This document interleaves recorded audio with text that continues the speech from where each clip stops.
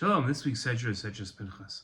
During his lifetime, Moshe was the ultimate authority on Jewish law. No one understood the Torah better than Moshe, and as the leader of the Jewish people and the simultaneous head of the Sanhedrin, Moshe had the legal authority to decide legal matters. Moshe had learned Torah directly from God, and all other Jews had learned Torah directly from Moshe. It's for this reason an episode in this week's Torah portion where Moshe didn't know an answer to a legal question is so surprising. We read in this week's Torah portion, the daughters of Tzlafchad came forward to Moshe. They stood before Moshe, Elazar the Kohen, the chieftains, and the whole assembly at the entrance of the Mishkan, and they said, "Our father died in the wilderness, and he has left no sons. Let not our father's name be lost to his clan just because he had no sons. Give us a holding among our father's kinsmen." Moshe brought their case before God. Our sages connected the daughter of Tzlafchad's question with a verse later in the Torah where Moshe said, "You shall not be partial in judgment. Hear out low and high alike. Fear neither party, for it's God's judgment. And any matter that is too difficult for you, you shall bring to me, and I will hear it." Our sages quoted the phrase, "The cause that is too hard for you, you shall bring to me, and I will hear it."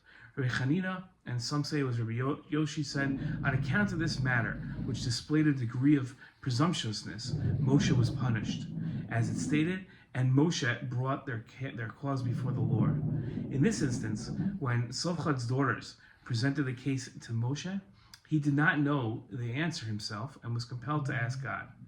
Rav Nachman Bar Yitzchak objected to this critique of Moshe. It is written, "And I will tell you," which would indicate that Moshe assumed the authority for himself? No.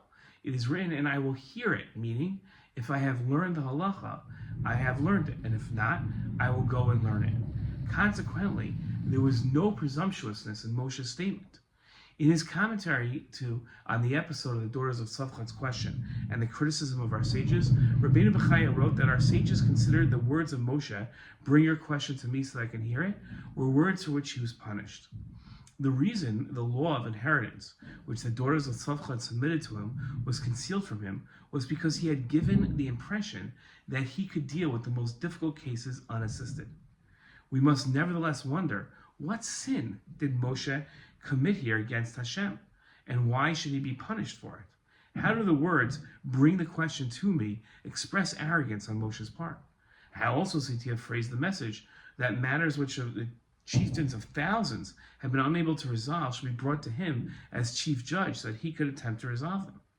Perhaps the fact that Moshe, who had already said in the first half of this verse that judgment belongs to God, now made it seem as if he equated his own knowledge with that of God, is the reason why the sages felt that Moshe was punished for this. Our sages have said that wise people must be careful with their words. As the ultimate authority on Torah law, Moshe had to be careful to know the law, but also not undermine his scholarship in the eyes of the people by making statements that could be misunderstood to mean that he didn't have expertise in the Torah. And for that reason, the sages criticized Moshe and the way he dealt with the case of Tzlafchad's daughters. An important message. Shabbat Shalom.